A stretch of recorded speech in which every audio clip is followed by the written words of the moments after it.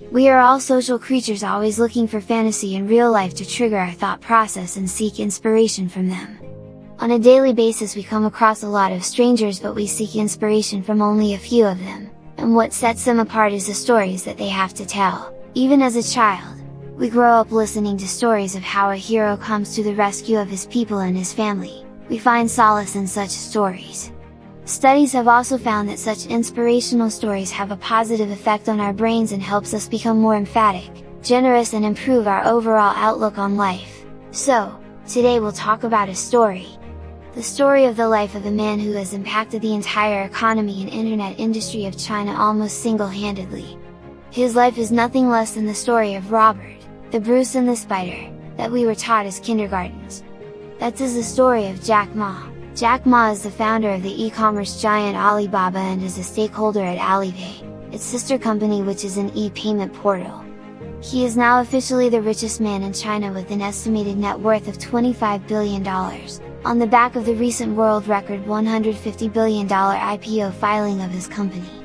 Given all of this, Jack Ma only holds a 7.8% stake in Alibaba and a 50% stake in Alipay. Alibaba and Jack Ma, although are not household names out of China, you must know that Alibaba is worth more than Facebook, and processes goods more than eBay and Amazon combined. This might be beginning to seem like the story of an arrogant and rich billionaire who hasn't seen the dark. But don't be mistaken by the numbers that you see above, they can fool anyone. Although as simple as it may sound, Jack Ma has had it hard in his life to get to where he is today. A true rags to riches story, and definitely a one which will inspire you even in your darkest days. Ma Yun aka Jack Ma is one of those self-made billionaires with humble beginnings. Jack Ma was born in Hangzhou, located in the southeastern part of China. He was born and raised along with an elder brother and a younger sister during the rise of communist China and its isolation from the western regions. His parents were traditional musicians, storytellers, and they didn't make enough to be even considered as middle class during those days. Former US President Richard Nixon's visit to Hangzhou in 1972 improved the situation of tourism in his hometown, and Jack wanted to make the most of this opportunity. Jack always wanted to learn English as a kid, and he spent his early mornings riding on his bike to a nearby park, giving English tours to foreigners for free. It was then he met a foreign girl who gave him the nickname Jack, for his name was hard to spell for her. Jack, after graduating with a bachelor's degree in English, worked as an English teacher at Hangzhou Jianzi University with a pay of $12 a month. Now here comes the part where it gets more interesting, even before he has received that degree and became an English teacher. Jack Ma is an extremely lucky bloke who just became a billionaire in a snap. But it is safe to know that rejections are synonymous with Jack Ma. You wouldn't believe the number of times this man has been rejected and failed. In his early childhood, Jack Ma failed in his primary school examinations, not once, but twice. He failed thrice during his middle school exams. When applying to universities after his high school, Jack failed the entrance exams thrice, before finally joining Hangzhou Normal University. He even applied and wrote to Harvard University 10 times about being admitted, and got rejected each time. This was only during his education. During and after his bachelor's degree, Jack tried and failed to get a job at a multitude of places. After spending 3 years to get into a university, Jack failed to land a job after applying to them 30 times. He recollects in his interview, when KFC came to China, 24 people went for the job. 23 people were accepted. I was the only guy who wasn't. He also one of the 5 applicants to a job in police force and was the only one getting rejected after being told, "No, you're no good." Also, on his entrepreneurial undertakings, Jack Ma went on to fail on 2 of his initial ventures. But that didn't stop him in any way of dreaming bigger. Down, but not out.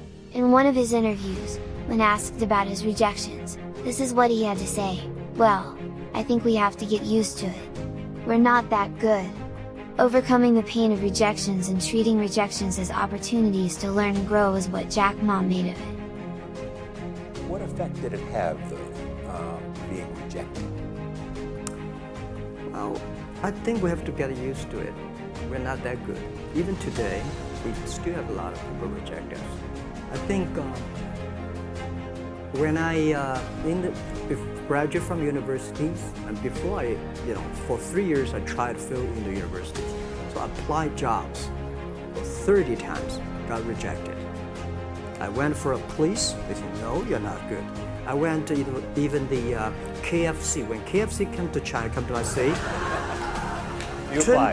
24 people went for the job. 23 people accepted. I was the only one guy.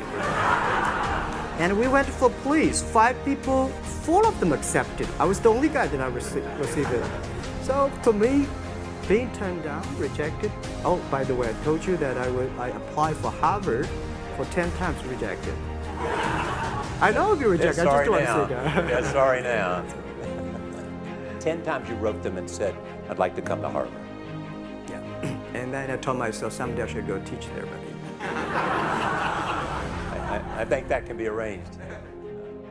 After finally coming to terms with all of his rejections and failures, Jack Ma visited US in 1995, for a government undertaking project related to the building of highways. It was then that Jack Ma was first introduced to the internet and computers. Computers were pretty rare in China then, given the high costs associated with them, and internet or emails were non-existent. The first word he searched on the Mosaic browser was beer, and it popped out results from different countries, the signs of China anywhere. He then searched China and not a single result popped out. He decided it was time for China and its people to get on the internet. Finally, after persuading 17 of his other friends to invest and join him in his new e-commerce startup, Alibaba, the company began from his apartment. Initially, Alibaba didn't have a single penny in investment from outside investors, but they later raised $20 million from SoftBank and another $5 million from Goldman Sachs in 1999. Building trust among the people of China that an online system of payment and package transfers is safe was the biggest challenge Jack Ma and Alibaba faced, a challenge that Jack will cherish for his lifetime. Having started his first successful company at the age of 31 and even after never having written a single line of code or selling something to anyone, Jack Ma runs one of the biggest e-commerce networks in the world. The company went on to grow rapidly, expanding all across the world, quickly growing out of its China shell. Only second to Walmart now in terms of sales per year, Alibaba has become the e-commerce giant that Jack Ma has envisioned for it.